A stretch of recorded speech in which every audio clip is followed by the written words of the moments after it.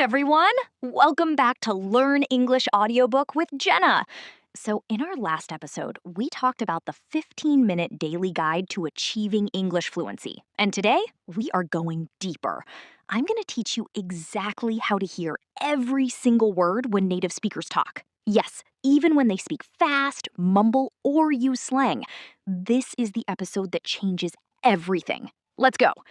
I know the struggle. You're listening to a podcast, a movie, or a conversation, and suddenly words just disappear. It's like native speakers are swallowing their words, right? You catch, I'm gonna, but then everything after that sounds like gibberish. Frustrating. But here's the secret. They're not actually skipping words. You just haven't trained your ears to catch them yet. Let me explain. Native speakers use something called connected speech. This means words blend together, sounds disappear, and syllables get reduced. For example, what are you doing becomes what are you doing? Or even what you doing? If you're listening for the textbook version, you'll never hear it. So, step 1, accept that English in real life doesn't sound like your textbook. Tactic number 1, learn the reduction patterns. There are specific patterns native speakers use all the time. Going to becomes gonna. Want to becomes wanna. Got to becomes gotta. Did you becomes didya. Make a list of the top 20 reductions and drill them. Listen to examples, repeat them out loud, and program your brain to recognize these sounds automatically. Tactic number 2, focus on stress patterns. In English, we stress content words, nouns, verbs, adjectives, adverbs, but we don't stress function words, articles, prepositions, pronouns. So in the sentence, I went to the store, you'll clearly hear went and store, but to and the almost disappear. Once you know this pattern, you'll stop waiting to hear every little word clearly and start predicting what's there. Prediction is power in listening. Tactic number 3, train with minimal pairs. Here's a game changer. Minimal pairs are words that sound almost identical, like can and can't, 13 and 30, walk and work. Native speakers rely on tiny differences in stress and vowel length to tell them apart. Spend 5 minutes daily listening to minimal pair exercises. This trains your ears to catch subtle distinctions that make all the difference. Tactic number 4, use the pause and predict method. When you're practicing, play a sentence, pause after the first half, and predict what comes next. For example, you hear, I'm going to the... Pause. What comes next? Store? Park? Gym? Then play it and check. This trains your brain to anticipate natural speech patterns and common collocations. Prediction is power in listening. Tactic number 5, slow it down, then speed it up. Use apps like YouTube or podcast players that let you adjust speed. Start at 0.75x.